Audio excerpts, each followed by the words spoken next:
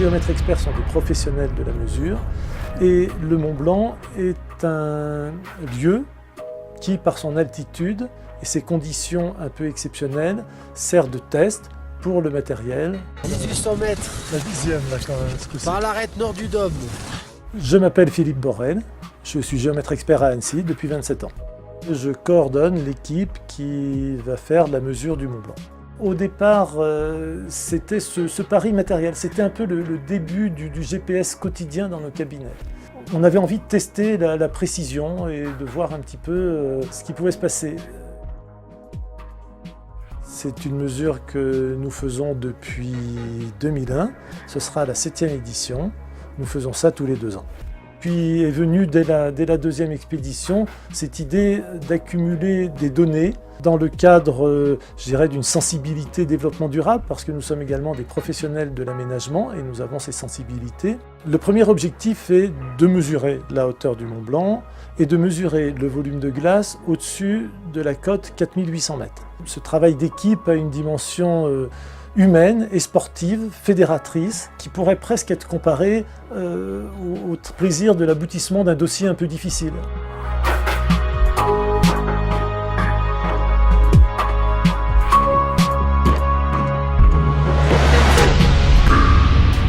Avant de monter au Mont Blanc, la première question qu'il faut se poser, c'est est-ce que physiquement je suis prêt et est-ce que mentalement je suis prêt à souffrir aussi un peu, parce que même si on est prêt physiquement, c'est pas facile.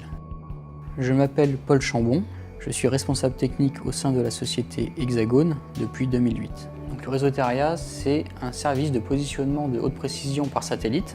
Donc, que ce soit GPS, GLONASS ou Galileo, c'est des systèmes de constellations satellitaires qui permettent un positionnement pour un GPS de voiture, par exemple, d'une précision en gros de 5 à 10 mètres.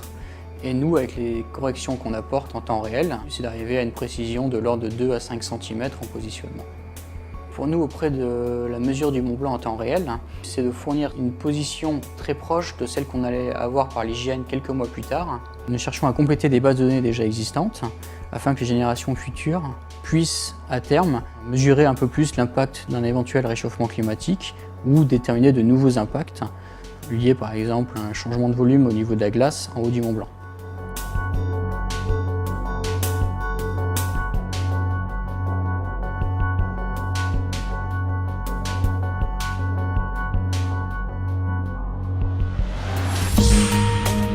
Aujourd'hui, on a miniaturisé les instruments, ils sont portables, ils résistent au froid, ils résistent au vent.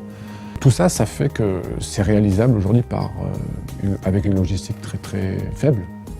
Alors qu'on pourrait faire ça il y a 10 ans avec une logistique énorme. Il faudrait presque l'armée pour déposer tout ça en hélico.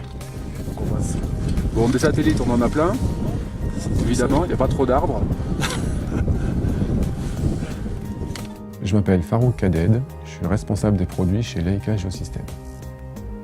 Alors on est partenaire sur l'opération du Mont Blanc depuis 2001. Notre mission, c'est d'amener le matériel le plus perfectionné en haut pour pouvoir le mesurer dans les meilleures conditions, le plus précisément possible et le plus rapidement possible.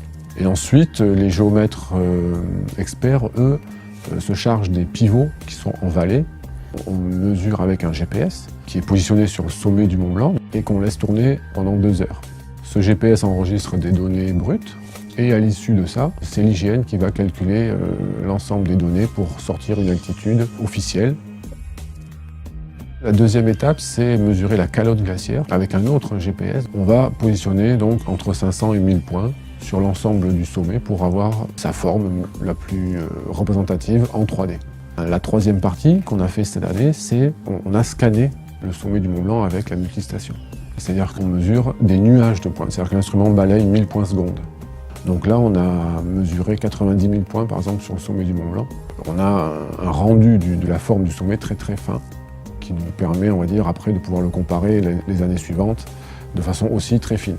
C'est, on va dire, l'aboutissement de technologies que l'on met en œuvre à chaque fois, à chaque mesure.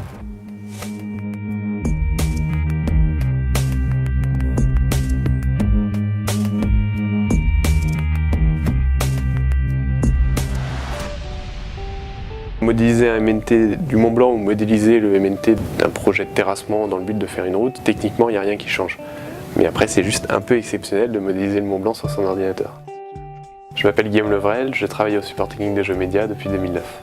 Geomedia, c'est une entreprise qui développe de logiciels Covadis et Autopiste. C'est un logiciel de dessin DAO afin de calculer des MNT, dessiner des profils, faire du terrassement. Et on participe à l'expédition du Mont Blanc depuis sa première édition. On récupère les points qui ont été calculés par les GN et levés par l'AICA. On modélise une surface, ça s'appelle un MNT, un modèle numérique de terrain. Le but c'est d'avoir une modélisation du sommet et de pouvoir calculer des volumes, faire des profils et comprendre la forme globale du Mont Blanc. En altitude, il mesure 4810,02.